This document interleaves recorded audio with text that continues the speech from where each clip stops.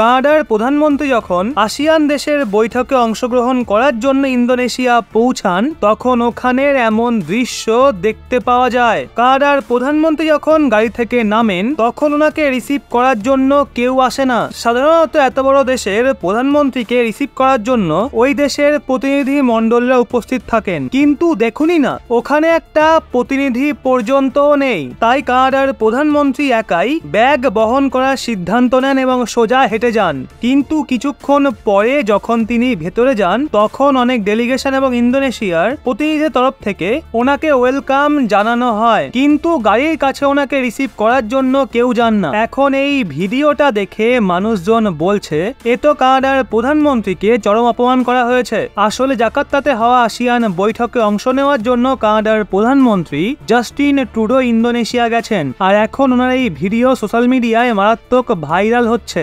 যদিও পরে সবকিছু ঠিক হয়ে যায়, পরে ওনাকে রিসিভ করার জন্য স্বয়ং ইন্দোনেশিয়ার প্রধানমন্ত্রী সেখানে পৌঁছান। এরপর দুজন বৈঠক করে। বৈঠকের সময় জাস্টিন ট্রুডো এটাও বলেন আসিয়ান দেশগুলো এক বিশেষ গুরুত্ব রাখে এবং তাদের মাঝে যে বৃদ্ধিপ্রাপ্ত অংশীদারিত্ব রয়েছে তা গোটা বিশ্বের জন্য লাভদায়ী। এই ভিডিওটা ভাইরাল এর জন্য হচ্ছে কারণ মানুষজন অনবরত এই ভিডিও নিয়ে দাবি করছে কানাডার প্রধানমন্ত্রীকে যখন কেউ নিতে আসে না তাহলে ভাবুন এটা কতটা অপমানজনক। এখন এই ভিডিও নিয়ে মানুষজন ভিন্ন ভিন্ন প্রশ্ন তুলছে। সমগ্র ভারত জন্মাষ্টমীর উৎসব পালন করছিল, আর ওদিকে ভারতের প্রধানমন্ত্রী নরেন্দ্র মোদী বিশ্বের সবচেয়ে বড় মুসলিম দেশে চীনের 12টা বাজাচ্ছিল। প্রধানমন্ত্রী যখনই আসিয়ান ইন্ডিয়া সামিটে অংশ নেওয়ার জন্য ইন্দোনেশিয়ার রাজধানী জাকার্তা পৌঁছান তখন ওনার ওয়েলকামে জয় কানাইয়ালাল স্লোগান ওঠে। আপনারা এটা জেনে অবাক হবেন G20 বৈঠকের জন্য অনেক বিদেশি অতিথি ভারতে উপস্থিত হয়ে গেছেন,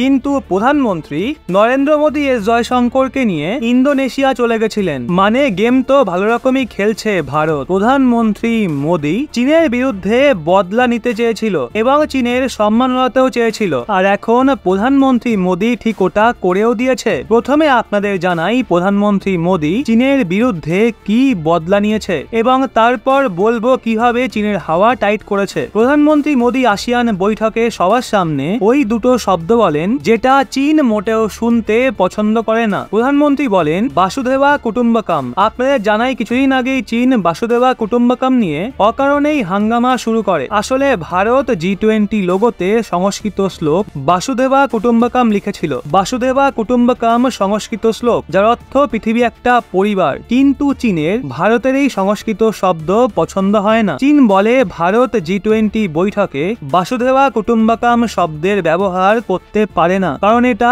সংস্কৃত শব্দ এবং সংস্কৃত ভাষা সংযুক্ত রাষ্ট্রের 6টা অফিসিয়াল ভাষার মধ্যে পড়ে না। কিন্তু এখন প্রধানমন্ত্রী নরেন্দ্র মোদী চীনের প্রতিবেশী দেশে হওয়া আসিয়ান বৈঠকে বাসুদেবা কুটুম্বকম আওয়াজ তোলে। চলুন, এখানে তো চীনের থেকে বদলা নেওয়া হয়ে গেল, এখন বলি ভারত কিভাবে চীনের মান সম্মান নিয়ে খেলেছে। আপনারা জানেনই চীনের রাষ্ট্রপতি শি জিনপিং G20 বৈঠকে আসতে পারবেন না বলে জানিয়েছিলেন। চীনের রাষ্ট্রপতির বদলে চীনের প্রধানমন্ত্রী লি কিয়াং G20 বৈঠকে উপস্থিত হচ্ছেন। জিনপিং জানতেন ভারত পশ্চিমী দেশগুলোর সাথে মিলে চীনকে সাউথ চায়না সি এবং ইন্দো স্পেসিফিক এরিয়ায় ঘিরবে। এর জন্য অকারণে মান সম্মান বাঁচানোর জন্য শি জিনপিং G20 তে আসতে পারবেন না বলে জানান, কিন্তু প্রধানমন্ত্রী মোদী জিনপিং এর থেকে 10 পা এগিয়ে রয়েছেন। প্রধানমন্ত্রী মোদী আসিয়ান বৈঠকে ইন্দো স্পেসিফিকের বিষয়টা তুলে ধরে। ইন্দোনেশিয়া, মালয়েশিয়া এবং ফিলিপিন্স সহ প্রায় সবকটা আসিয়ান দেশ ভারতকে বলেছিল চীন ইন্দো প্যাসিফিক এরিয়ায় জোর জুলুম চালাচ্ছে, দাদাগিরি করছে, কিন্তু ভারত আসিয়ান বৈঠকে এই সমস্ত দেশকে ভরসা দিয়েছে চীন এখন আর দাদাগিরি করতে পারবে না, কারণ ভারত আসিয়ান দেশগুলোকে সাহায্য করবে। ভারত তো আসিয়ান কান্ট্রির বেশিরভাগ দেশকে এটা পর্যন্ত বলে দিয়েছে চীনের বিরুদ্ধে অ্যাকশন নেওয়ার জন্য আপনারা ভারতের থেকে ব্রহ্মস মিসাইল এবং তেজস যুদ্ধ বিমান নিতে পারেন। তো বন্ধুরা, এই সম্পূর্ণ বিষয় নিয়ে আপনাদের কি মতামত নিচে কমেন্টে অবশ্যই জানান।